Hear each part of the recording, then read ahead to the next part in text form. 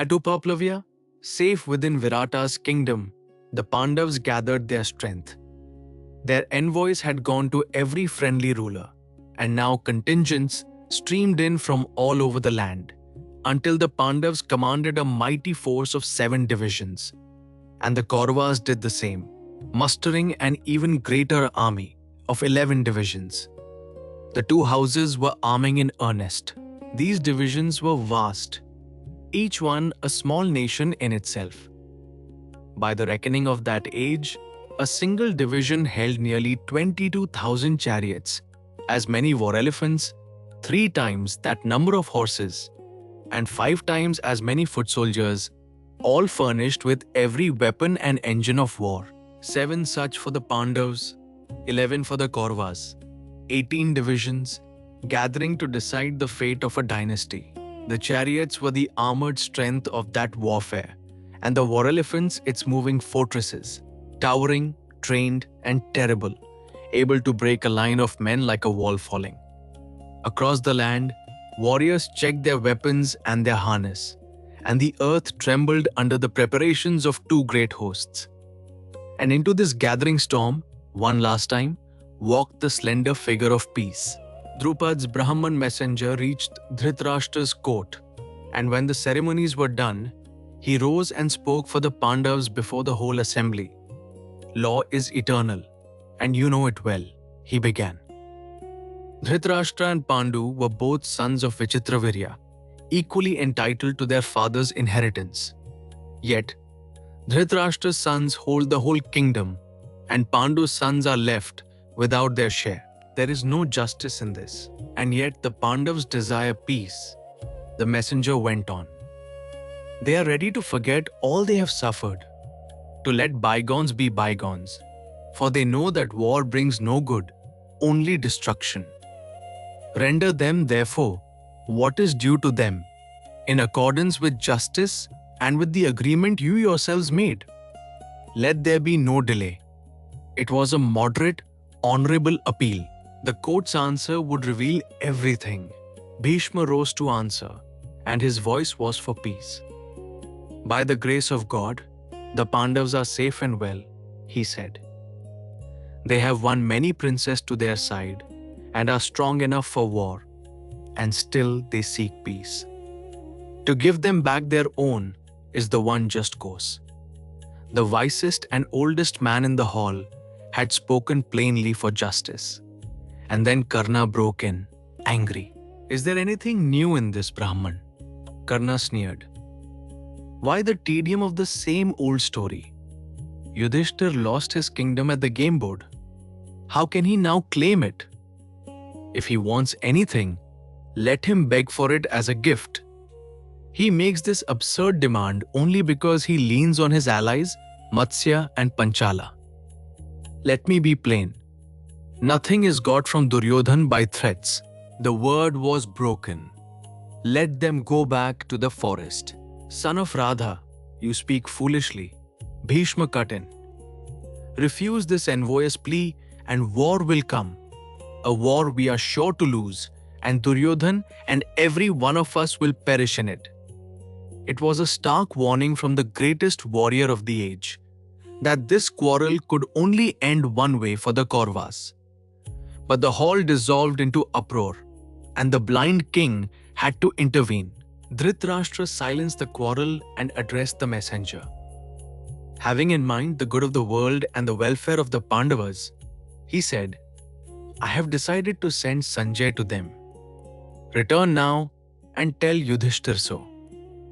It sounded like a step toward peace.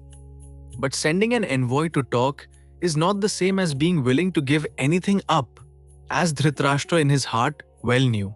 Then the king drew Sanjaya aside and instructed him. Go to the sons of Pandu, he said, and carry my affectionate regards. Ask kindly after Krishna, Satyaki, and Virata, and greet all the princes gathered there. Speak conciliatingly and secure the avoidance of war. Find words of peace, but with not one concrete concession behind them, not one village offered. Sanjay, an honest man, set out to deliver a message that was mostly warmth and no substance. Sanjay came to Upaplavya and stood before Yudhishthir in the midst of his court and spoke with genuine feeling. Dharmputra, it is my good fortune to see you again. Surrounded by princes, you look like Indra himself, and the sight gladdens my heart.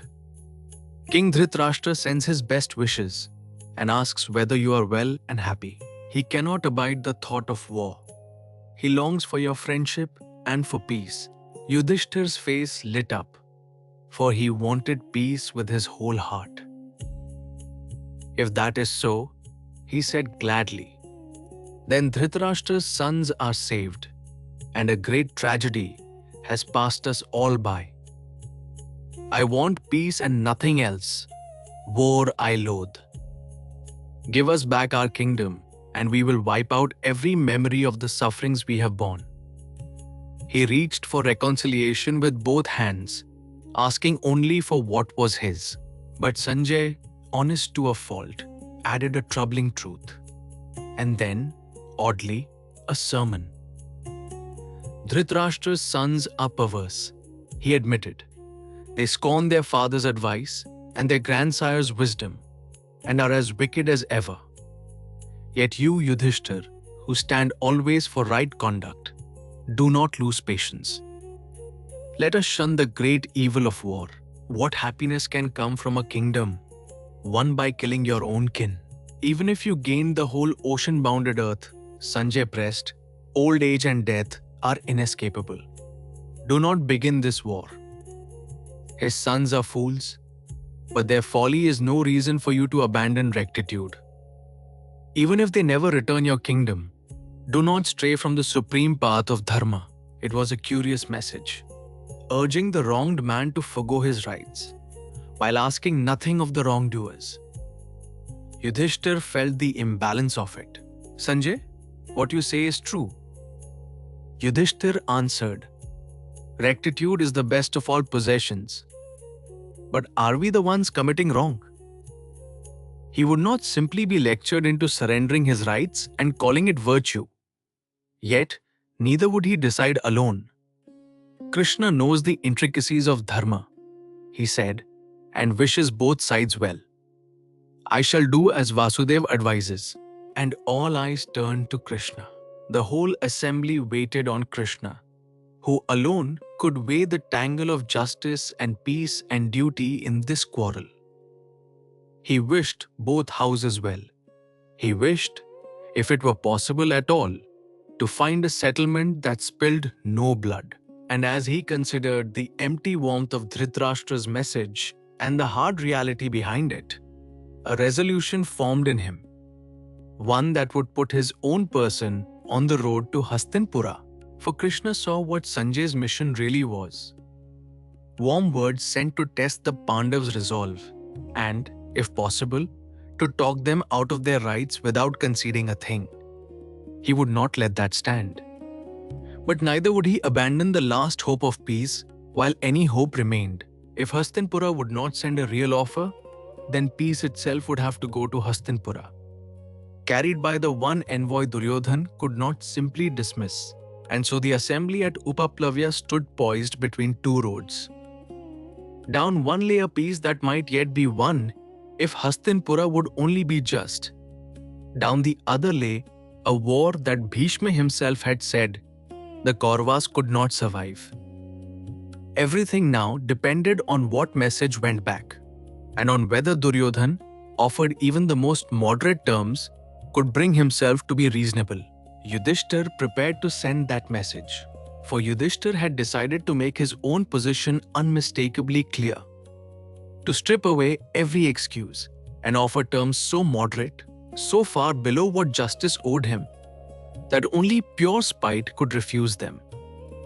If Duryodhana turned down what Yudhishthir was about to offer, the whole world would know on whose head the coming blood must fall. He turned to Sanjay to send his answer back to Hastinapura. Sanjay said Yudhishthir, and the court fell silent to hear it. He would send his words to the blind king, to the grandsire, to Vidura, and to Duryodhana himself. Each one weighed, each one an open hand held out toward peace.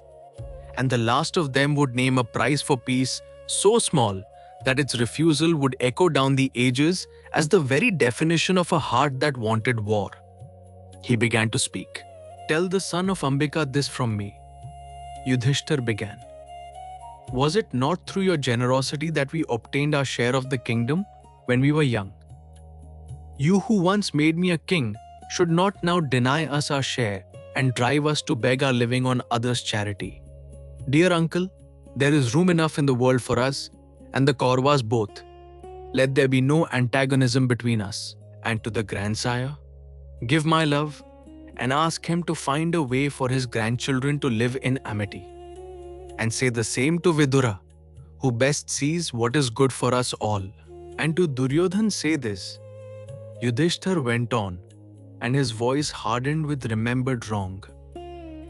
"My dear brother, you drove us, princess of the realm, into the forest in bark and deerskin. You shamed and tormented our weeping queen before the whole court of kings. We endured it all in silence. Now at last, return what the law makes ours, and stop counting another's due. We are 5. Grant the 5 of us 5 villages, only that. Make peace, and we will be satisfied." Then Krishna gave the mission its final shape. "I desire the welfare of the Pandavas," he said, "and I desire that Dhritarashtra and his sons be happy too, though that is hard to hold together. I think I can settle this myself by going to Hastinapura. If I can win peace on terms that harm no one's true welfare, nothing would gladden us more, and the Kauravas will have been snatched from the jaws of death. Even in peace, the Pandavas will serve the old king faithfully, wanting nothing more. Yet they stand ready for war, should it come. Peace or war, let Dhritarashtra choose." Say all this to Duryodhana. Sanjay, Yudhishthir finished.